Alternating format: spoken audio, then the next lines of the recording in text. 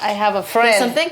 Oh, you do? Yeah. How long have you had this friend of yours? The first time I noticed it, I was like 9 years old. Okay. Claudia and her mother appear to be just like any ordinary mother and daughter on the surface, but in fact they both harbor an unknown secret. Both of them have a strange friend residing within their bodies. Claudia's is on her shoulder, while her mother's is on her side waist. The lumps first appeared when Claudia was 9 years old. That year she suddenly discovered a small protrusion the size of a nail on her shoulder. Claudia immediately told her mother, who after examining it, didn't take her to the hospital, but told her not to worry too much about it, after saying that her mother even showed Claudia the lump on her own side waist. At that time Claudia was still young and fully believed her mother's words, so from then on she stopped paying attention to the lump. However, the lump didn't disappear because of this. Instead it seemed to punish Claudia, growing larger and larger. It wasn't until later when a friend reminded her that it might be cancer that Claudia finally realized the seriousness of the problem. She began to persuade her mother to go to the hospital for treatment together, but her mother was still deluding herself. She bluntly said that the lump had been there for 27 years, but her body was still perfectly fine. But Claudia knew that the lump had already had a significant impact on her mother's life. Every time she lay in bed to sleep, she would accidentally press on it, causing a burst of pain. When buying pants, she had to buy the largest size, just to barely get them over the lump and button them up. The reason her mother didn't go to the hospital was that she was afraid to face the worst possible outcome and only wanted to escape. However, recently her mother noticed that Claudia was in great pain because of the lump. She would always bump into the wardrobe and feel uncomfortable during training. Her mother felt very distressed about this, thinking that her daughter's lump might be due to her own genetic inheritance. She felt a strong sense of guilt, so she finally mustered up the courage to accompany her daughter to Dr. Lee's clinic. Dr. Lee first examined Claudia's lump. She noticed that the skin was very thin, and the lump had changed from being hard to soft. She initially judged that it might be a cyst, and that its shape wasn't very large. She told Claudia to relax, and said that it wouldn't be difficult to deal with. But when Dr. Lee examined the lump on her mother's body, she suddenly furrowed her brow. She said that the external part of the lump was covered by a thick layer of fat. She couldn't determine what the exact situation was inside at all. So Dr. Lee refused to perform the surgery, and made a surprising request to Claudia's mother.